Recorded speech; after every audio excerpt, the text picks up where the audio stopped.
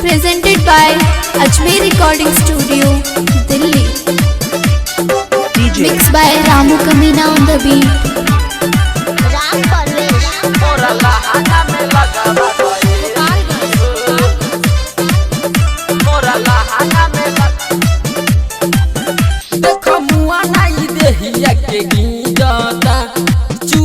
पसीना सारा भींगता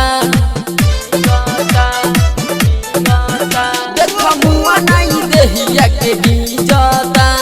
चुअता पसीना सारा भींगता तनी हमर से बात कर बेसी हो मोरा लहंगा में लगावा द एसी हो तनी हमारा से बात कर बेसी हो मोरा लहंगा में लगावा द एसी हो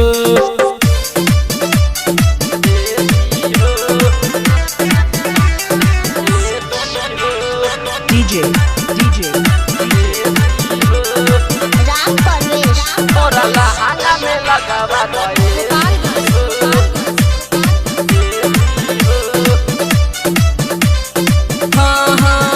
होला बर्दास नहीं पानी सुकमार हो ये कने तू काम सोइया कोई द हमार हो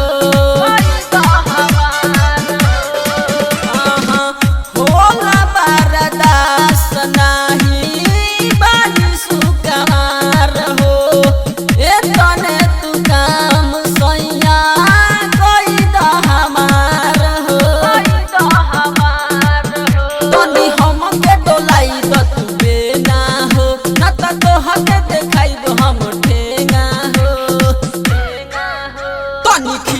से पारदा हटा दाना मोरा लहंगा में एसी लगावा दाना तनी खिड़की से पारदा हटा दाना मोरा लहंगा में एसी लगावा दाना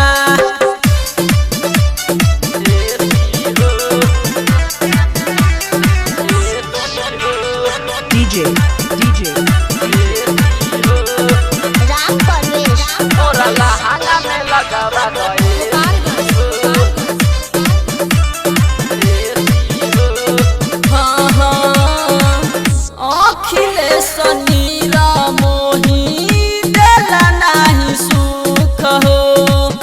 लग जाई देहिया में हमारा लुक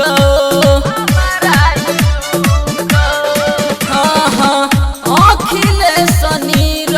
मोही दिल नहीं सुख हो लग जाई देहिया में हमारा लुक हो तारा रहल से होला बुरा हाल हो कभी सूरत से कहीं टाटा काल हो सुधीर देवरु तू पैसा ला दाना हमर लहंगा में एसी लगावा दाना सुधीर देवरु तू पैसा ला दाना हमरा लहंगा में एसी लगावा दाना बुझाता हमार पर्स खाली करवाइबे।